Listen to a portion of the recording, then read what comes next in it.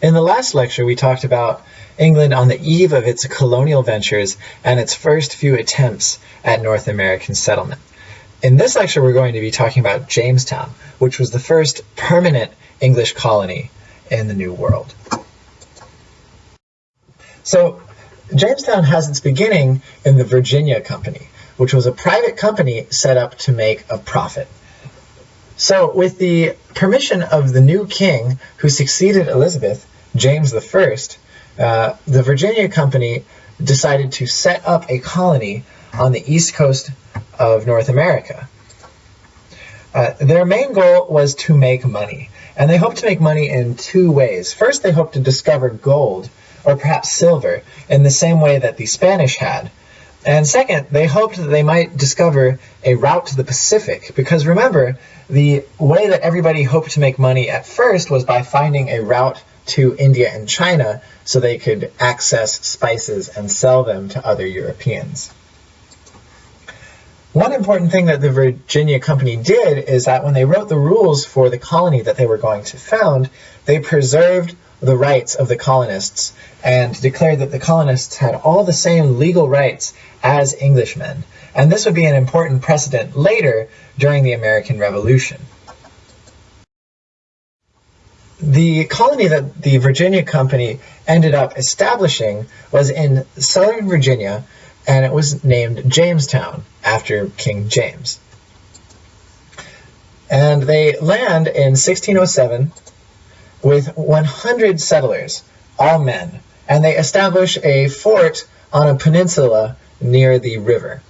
And this site is easily defensible, but it is also terribly unhealthy. It's a swampy place with lots of mosquitoes, and the people there begin to suffer from disease very quickly. One thing that doesn't help them is that they spend most of their time and energy seeking non-existent gold. There are many things in eastern Virginia, like pine trees and mosquitoes, but there is no gold there, so they spend a lot of time digging for nothing. They did this instead of doing things like taking care of basic sanitation or growing crops, and this resulted in a terrible situation where they are all starving and dying of diseases, and they resorted even to eating the dogs, cats, rats, and mice of Jamestown, according to one account. This results in 80% of the settlers dying within the first 3 years. And this is not just the original 100 settlers, but also other people that had come to join the colony. So things aren't going very well for Jamestown at the start. Things begin to turn around when John Smith takes over control, and he sets up harsh regulations in order to ensure that Jamestown will survive in the long run. His most famous rule is that he who will not work shall not eat.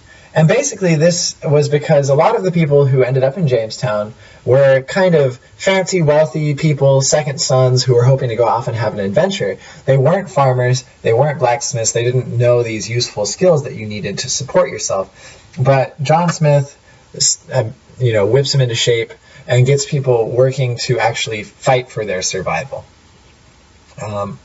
Eventually, well, actually not that long after he begins his rule in Jamestown, John Smith is captured by the Powhatan Indians. These are the Native Americans that live in the area where Jamestown is established.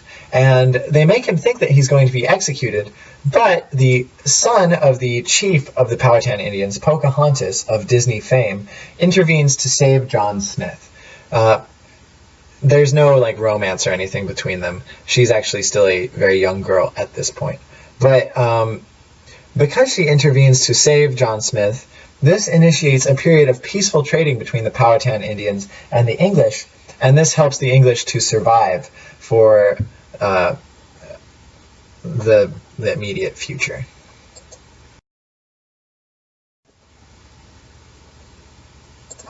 So the first 5 years of Jamestown's existence are total failures. They've made no money, and hundreds of people have died there digging for non-existent gold. Not a great track record. That's my dog Zeus. And so what really turns the colony around is a breakthrough in the growing of tobacco. So this is figured out by a guy named John Rolfe, and he learns how to grow and store tobacco in such a way that it becomes a valuable cash crop. And a cash crop is any agricultural product that you grow not to use and not to eat, but rather to sell for a profit. And tobacco is the first successful cash crop in North America. So the people in Jamestown began growing vast quantities of tobacco and shipping it back to England, where they sell it for a huge profit. And they use that money to expand and to support themselves in the New World. This leads to a big demand on the part of the English for both land and for labor. So they began expanding out, clearing the forest, kicking the Powhatan Indians off of their land, and also bringing over more and more people to grow and harvest tobacco. One result of the English hunger for land so that they could grow more tobacco was renewed conflict with the Native Americans. The first violation of the peace that had been brokered between John Smith and Pocahontas happened in 1610, and it was basically the English attacking the Powhatan Indians for no good reason, driving them back, claiming more land for themselves. This war, which is known as the First Powhatan War, was brought to an end in 1614 when Pocahontas married John Rolfe. And they achieved some kind of understanding between the two groups of people. But as the English continued to expand and to claim more and more land for themselves on which to grow tobacco, the Powhatan eventually get fed up, and in 1622 they attack the Virginians and actually do a lot of damage, killing almost 300 of them. In response to this, the Virginia Company declares a perpetual war against the Indians, in which they state that they seek to make it so that the Powhatan no longer exist as a people, a goal that some people might consider genocidal.